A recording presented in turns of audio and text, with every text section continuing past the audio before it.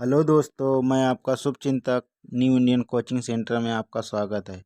इस वीडियो के माध्यम से बाबर मुगल वंश की स्थापना के बारे में देखेंगे। मुगल वंश की स्थापना किसने की, तो देखते हैं बाबर का शासनकाल। बाबर 1526 से 1530 इसका शासनकाल था। मुगल वंश का संस्थापक कौन है? बाबर। बाबर तुर्क एवं सुन्नी मुसलमान था। बाबर का जन्म फरवरी 1483 ईस्वी में फरगाना, जो कि अफगानिस्तान में है। अफगानिस्तान की राजधानी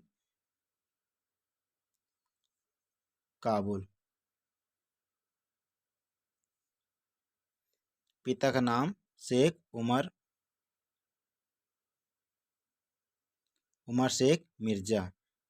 बाबर फरगना का शासक कब बना? 8 जून 1494।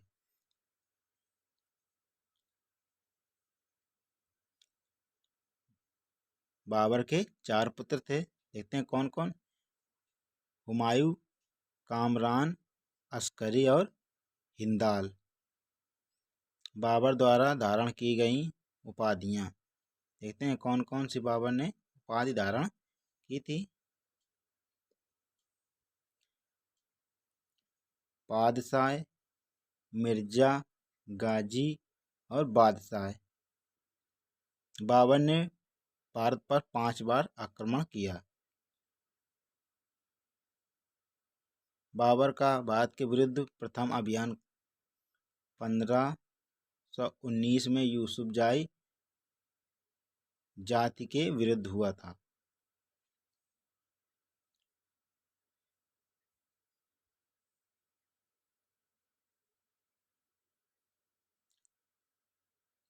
बाबर ने इस अभियान में बागौर और बेरा को अपने घात कर लिया था। बाबर ने बाजौर और बेरा को अपने अधिकार क्षेत्र में शामिल कर लिया था।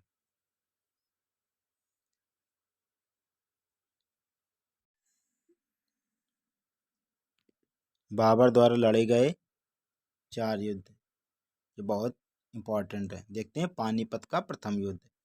पानीपत का प्रथम युद्ध 21 अप्रैल 1526 में हुआ था। खानवा का युद्ध 17 मार्च 1527 में हुआ था। चंदेरी का युद्ध 29 जनवरी 1528 में हुआ था। घाघरा का युद्ध 6 मई 1529 में हुआ था।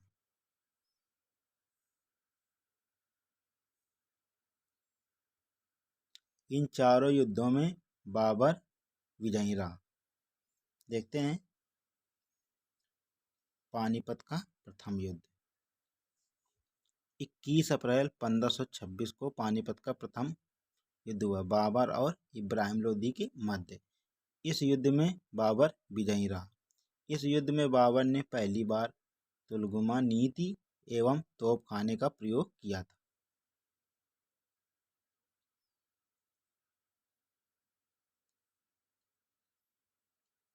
बाबर के 2 प्रसिद्ध निशानेबाज उस्ताद अली, मुस्तफा। पानीपत के प्रथम युद्ध में इन दोनों ने भाग लिया था।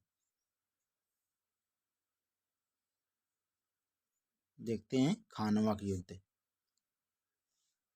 यह युद्ध 17 मार्च 1527 को बाबर और राणा सांगा के मध्य हुआ था। इस युद्ध के बाद बाबर ने गाजी की उपाधि धारण की थी। राणा सांगा की मृत्यु 30 जनवरी 1528 को जहर खाने से इनकी मृत्यु हो गई थी। बाबर को अपनी उदारता के लिए कालिंदर की उपाधि प्राप्त या मिली थी। बाबर ने खानवा के युद्ध में जिहाद का नारा दिया था।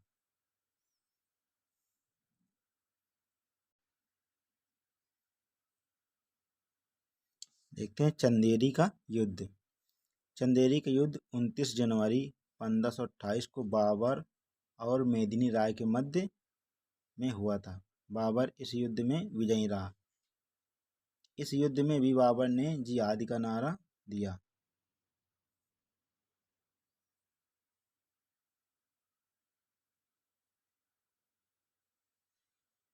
देखते हैं घाघरा का युद्ध।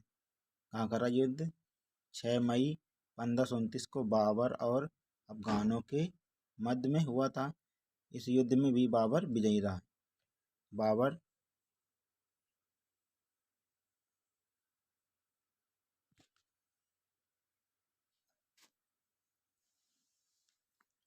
नोट देखते हैं।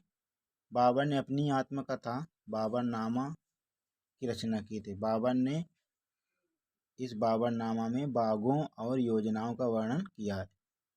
तुझके बाबरी बाबरनामा तुर्की भाषा में लिखी थी। इसका फारसी अनुवाद अब्दुल रहीम खान खाना ने किया था।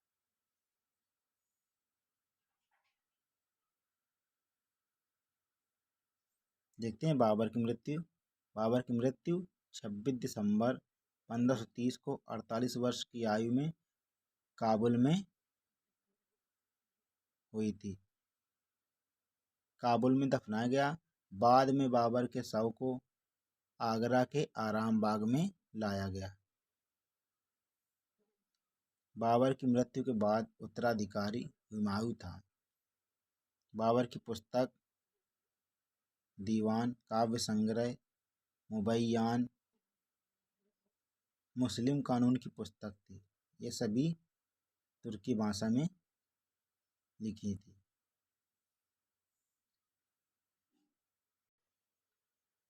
देखते हैं बाबर के द्वारा किए गए निर्माण कार्य। पानीपत जो कि हरियाणा में है, काबली बाग का निर्माण करवाया था। संभल जो कि रोहला खंड में है, जामी मस्जिद का निर्माण किया था। अयोध्या में बाबरी मस्जिद का निर्माण किया था। बाबरी मस्जिद मीर बांकी जो कि बाबर का सेनापति था।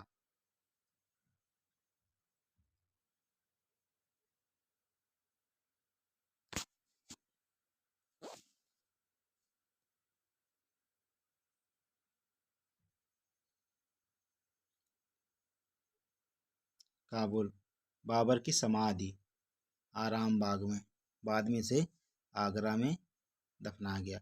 बाबर के समय के चित्रकार बेहजाद, बेहजाद को पूर्व का रफेल भी कहा जाता है। बाबर को मुबय्यान नामक पद्य शैली का जन्मदाता भी माना जाता है।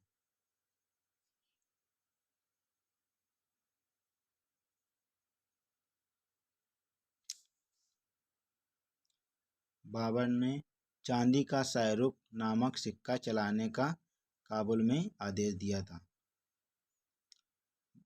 बाबरी नामक सिक्का चलाने वाला कंधार में बाबर था। बाबर ने गज-ए-बाबरी नामक माप का प्रयोग किया था।